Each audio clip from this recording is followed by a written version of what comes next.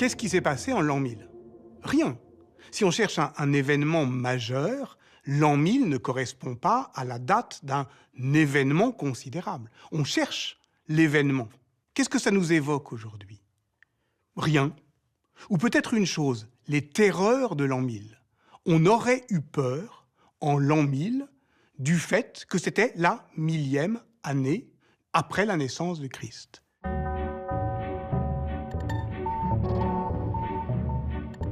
Dans le monde chrétien, on situe un événement par son millésime, c'est-à-dire par le nombre d'années qui se sont écoulées depuis la naissance du Christ.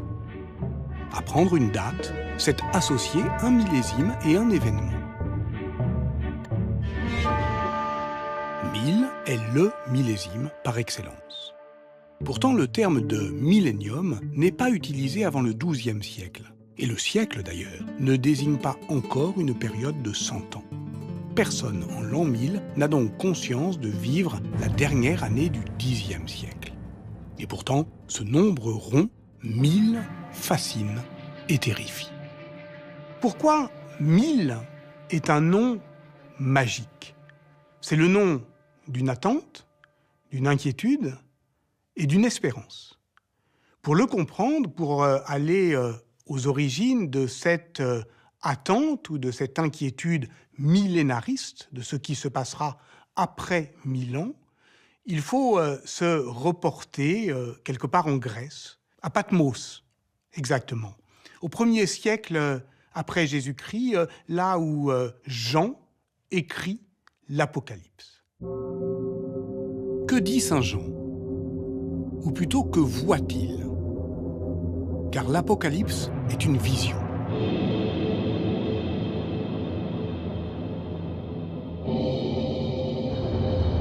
Celle de la fin des temps et du retour de Satan, qui était emprisonné depuis l'incarnation du Christ. Puis je vis un ange descendre du ciel, écrit Jean. Il avait en main la clé de l'abîme, ainsi qu'une énorme chaîne.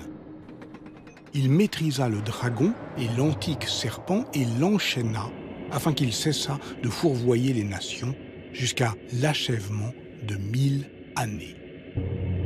Cette vision de Jean, ce sont les enluminures ibériques des commentaires sur l'Apocalypse d'un moine du 8e siècle, Beatus de Liébana, qui en donnent l'image la plus saisissante.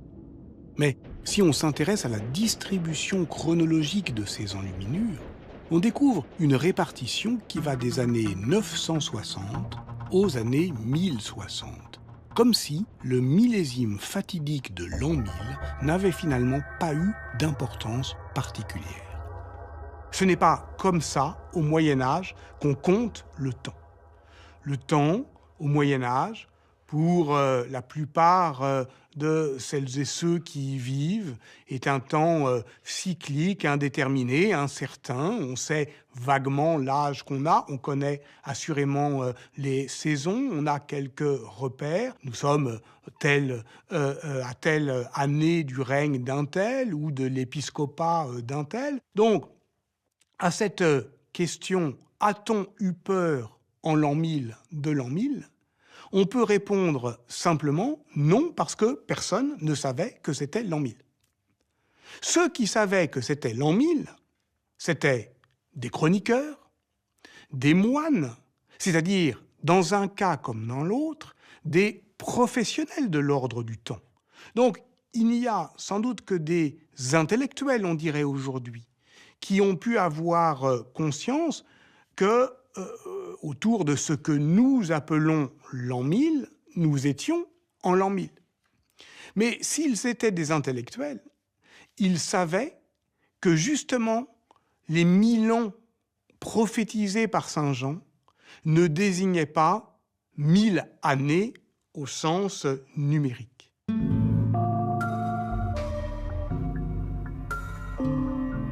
C'est saint Augustin qui, le premier, a mis en garde contre une lecture littérale de la Bible.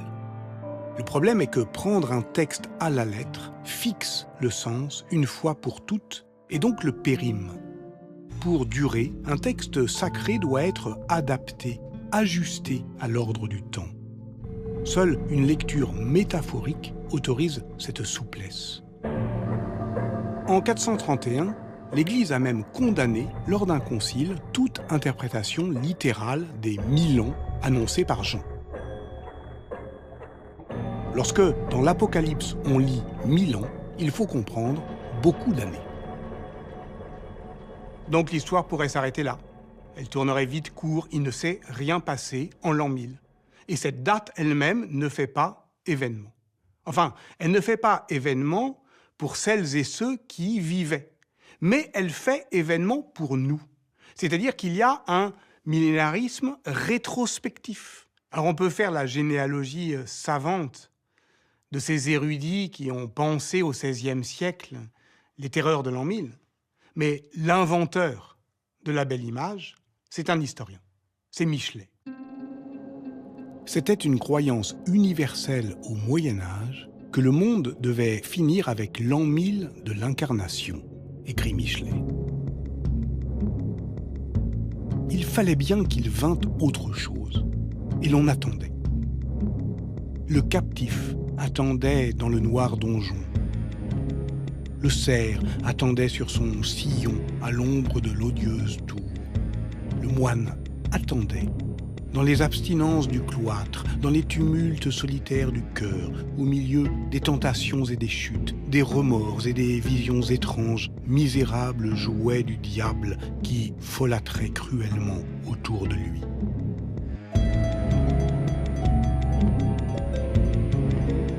Mais cette vision d'un an 1000 suspendu dans l'attente repose sur une base documentaire qui est, en fait, très fragile. Cette question des sources, c'est évidemment celle qu'on doit poser à Michelet. Est-ce que Michelet a halluciné l'histoire en parlant de terreurs que personne n'a ressenties? Non. Comme à son habitude, il a lu. Il a lu de manière peut-être emportée, enthousiaste, excessive. Mais il a lu.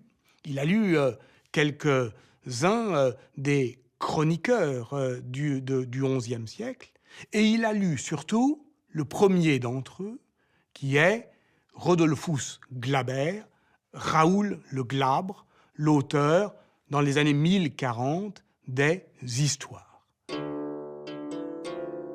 Les Histoires de Raoul Glaber sont une chronique universelle qui commence en 900 et s'achève au moment où il écrit au milieu du XIe siècle.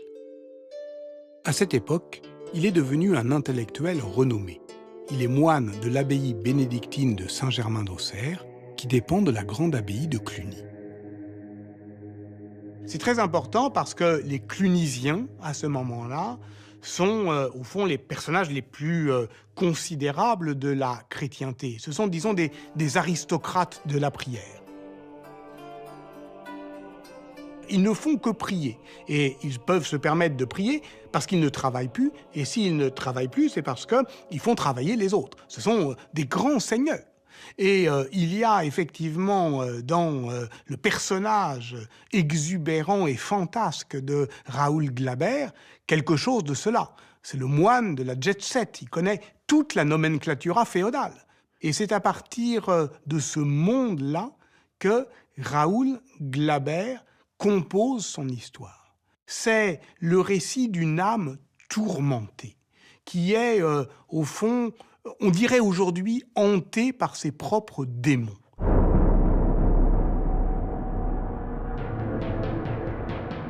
Il est obsédé par le diable. Il a peur, dès qu'il s'endort, de voir ressurgir dans les dédales du songe ce qui le hante. C'est ça un moine au XIe siècle. C'est quelqu'un qui a peur de pécher. Satan est partout. Il est dans les dédales des rêves, il est dans nos envies, dans nos désirs, dans nos angoisses. Et c'est au fond pour donner forme et sens à tout cela que Raoul Glaber écrit l'histoire. La 1000e année après la Passion du Seigneur, un vendredi 28e jour de la Lune, se produisit une éclipse qui fut vraiment terrible. Le soleil prit la couleur du saphir et il portait à sa partie supérieure l'image de la lune à son premier quartier. Les hommes, en se regardant entre eux, se voyaient pâles comme des morts.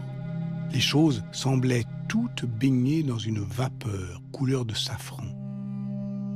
Alors, une stupeur et une épouvante immense s'emparèrent du cœur des hommes. Est-ce à dire que l'invention des terreurs de l'an 1000 par Raoul Glaber ne décrirait que le paysage intérieur d'une âme tourmentée? Pas seulement. Il décrit aussi avec acuité un changement social. Le changement social qui est à l'œuvre précisément dans les paysages. Dans les paysages, dans l'occupation humaine de ce qui commence à être la société féodale. Transportons-nous par exemple dans le Rouergue, au sud-ouest du Massif central, à l'est de Rodez. Pays de plateaux calcaires de moyenne altitude, il est caractérisé par un habitat dispersé en hameaux que l'on appelle des masses, qui se regroupent parfois en bourgs et villages. Mais l'habitat peut aussi se fortifier autour de sites perchés, comme ici, dans la haute vallée de l'Aveyron, à Séverac-le-Château. La partie médiévale de la ville s'y resserre à flanc de montagne, à l'ombre d'une imposante forteresse. Les vestiges qu'on observe aujourd'hui sont ceux du donjon et de l'enceinte du XIVe siècle. Mais c'est au début du XIe siècle que les barons de Séverac construisirent ici un premier castrum. L'extension territoriale et politique de leur possession se donne à voir dans un document exceptionnel conservé aux archives départementales de l'Aveyron à Rodez. Une carte de la baronnie de Séverac dessinée sur plusieurs parchemins cousus ensemble à l'encre brune, rehaussée de quelques couleurs signalétiques. Vert pour les arbres et les toits, bleu pour les cours d'eau, rouge pour certains éléments d'architecture. Pour en parler, Juliette Dumazy-Rabineau, historienne de l'espace seigneurial. Cette carte a été faite en 1504 à l'occasion d'un long procès qui portait sur le nombre de feux ou de maisons que comportait la baronnie.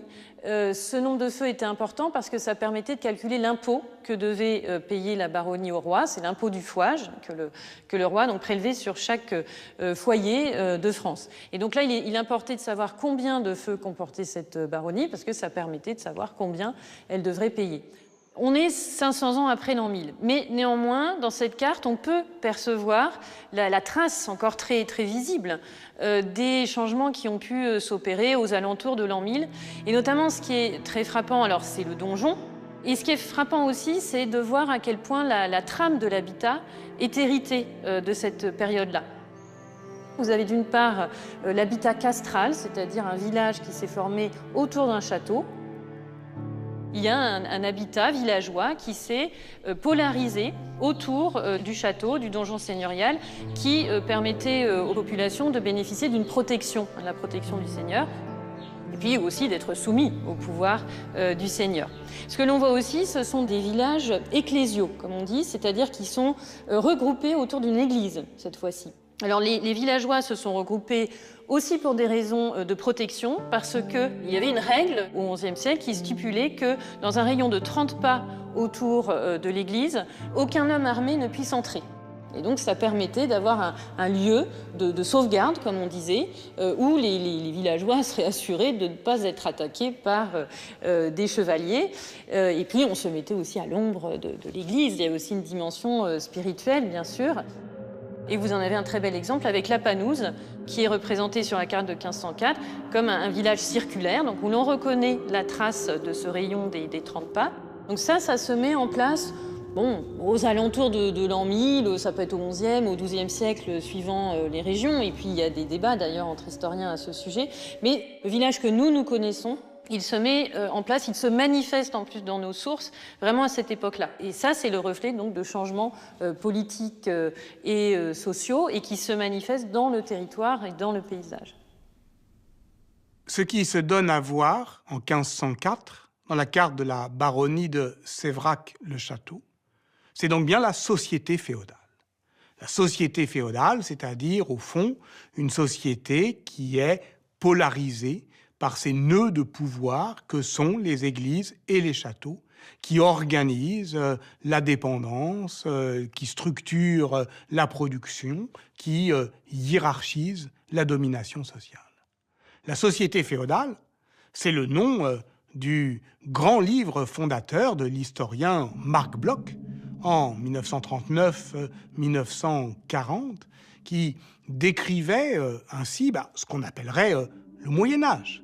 Mais de quand dater l'émergence de cette société féodale? Marc Bloch imaginait 2 temps. D'abord, une première rupture à la fin du IXe siècle, marquée par les invasions normandes qui mettent fin à l'Empire carolingien. À ce moment-là, le temps des rois s'achève. Puis, une seconde rupture, au début du XIIe siècle, où la société se réorganise autour de relations nouvelles. Le servage, qui attache les paysans aux seigneurs, et les liens féodaux-vassaliques qui établissent une hiérarchie à l'intérieur de l'aristocratie. C'est cette chronologie traditionnelle que vient bousculer après-guerre un autre grand historien médiéviste, Georges Duby. Georges Duby fait sa thèse sur le Mâconnais, à partir d'une documentation qui est, pour l'essentiel, les chartes de l'abbaye de Cluny. Et elle révolutionne, je dirais, la chronologie telle qu'elle était proposée depuis Marc Bloch, de l'avènement d'une société féodale en 2 temps. De ces 2 temps, Georges Duby ne fait qu'un seul. C'est-à-dire qu'il resserre la chronologie, il rabat les 2 lèvres de cette chronologie pour les ramener à une seule, au milieu, en l'an 1000. C'est ça, au fond, le geste de Georges Duby, qui, tout comme Michelet, est un maître du tempo historique, c'est de ramener le rythme à un seul temps, le temps de l'an 1000.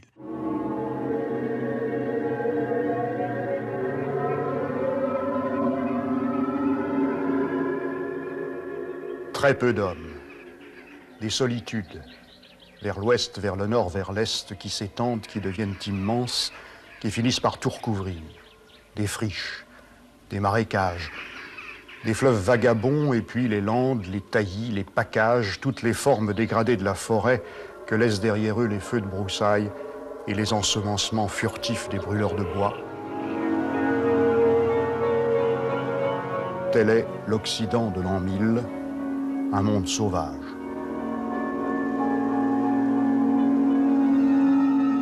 Un monde sauvage, un monde cerné par la faim obsédante, et d'autant plus que, à ce moment, la population recommence de croître et que ce monde vide est en réalité surpeuplé. Cette conception d'une rupture autour de l'an 1000, il la défend notamment dans cette série documentaire de 1978, Le temps des cathédrales.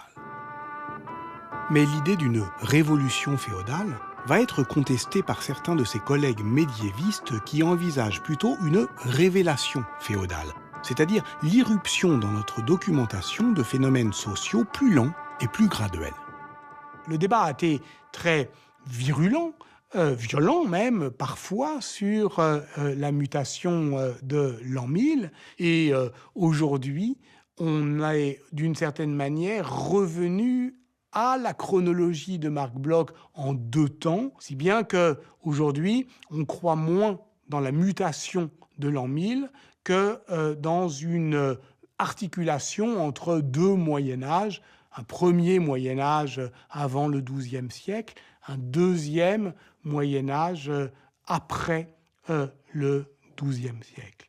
Donc, avec la critique de du modèle historiographique de la mutation de l'an 1000 qui avait été pensé par Georges Duby, et bien d'une certaine manière, l'an 1000, une seconde fois, fait long feu. Et pendant ce temps-là, dans le monde, le christianisme semble y progresser.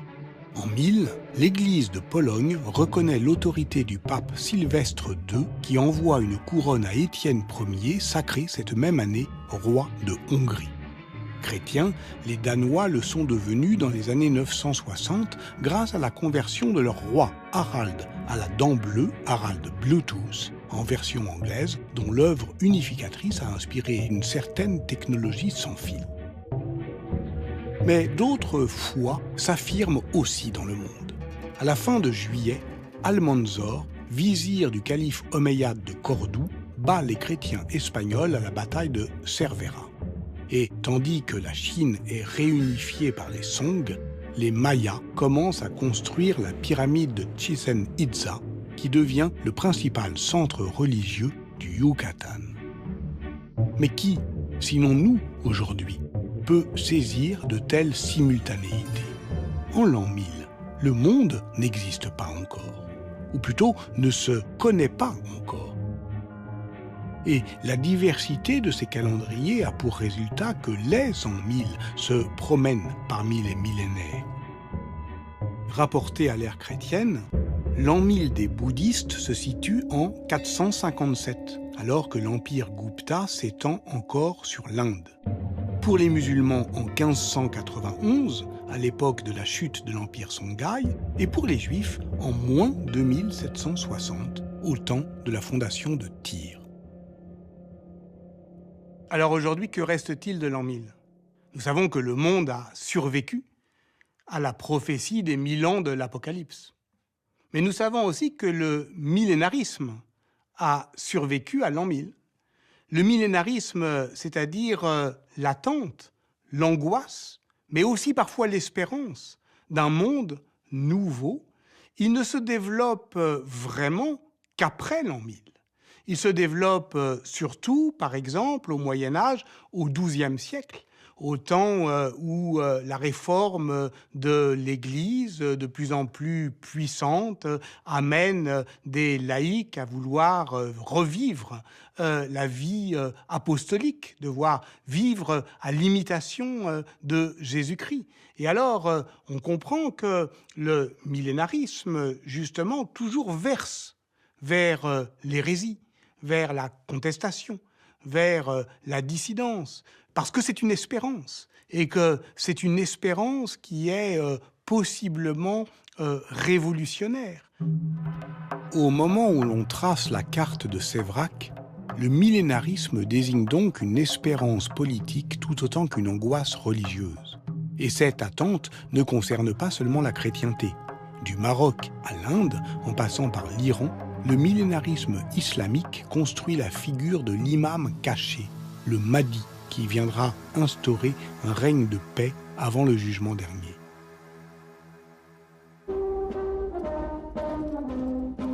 Au XXe siècle encore, l'idéologie du progrès, ou celle de la révolution, ne sont peut-être que des formes désenchantées de l'espérance millénariste. Et aujourd'hui, le succès des thèmes apocalyptiques et survivalistes ne se dément pas, aussi bien au travers des productions hollywoodiennes que des cultures alternatives.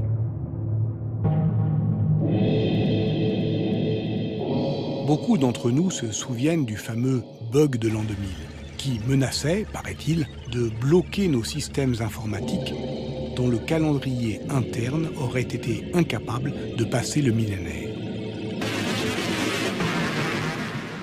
À la même époque, on a vu renaître dans l'espace savant l'hypothèse pourtant discréditée des terreurs de l'an 1000. Que disent les millénaristes, comme ils s'appellent eux-mêmes? Les sources n'en parlent pas, mais le fait qu'il n'y ait pas de source est la preuve ultime qu'on les a fait disparaître. Et donc, ce raisonnement, il est terrible, parce que moins il y a de preuves, plus il y a de preuves. Moins on en parle, plus ça existe. Plus il y a un accord savant sur une question d'histoire, plus c'est la preuve, en fait, que c'est une terrible machination, une conspiration pour étouffer la vérité. Ce raisonnement à l'envers, ce négationnisme à l'envers, on n'en parle pas, donc ça existe, ne vaudrait pas une minute de notre attention si on ne saisissait qu'elle était en fait aux sources de tous les complotismes.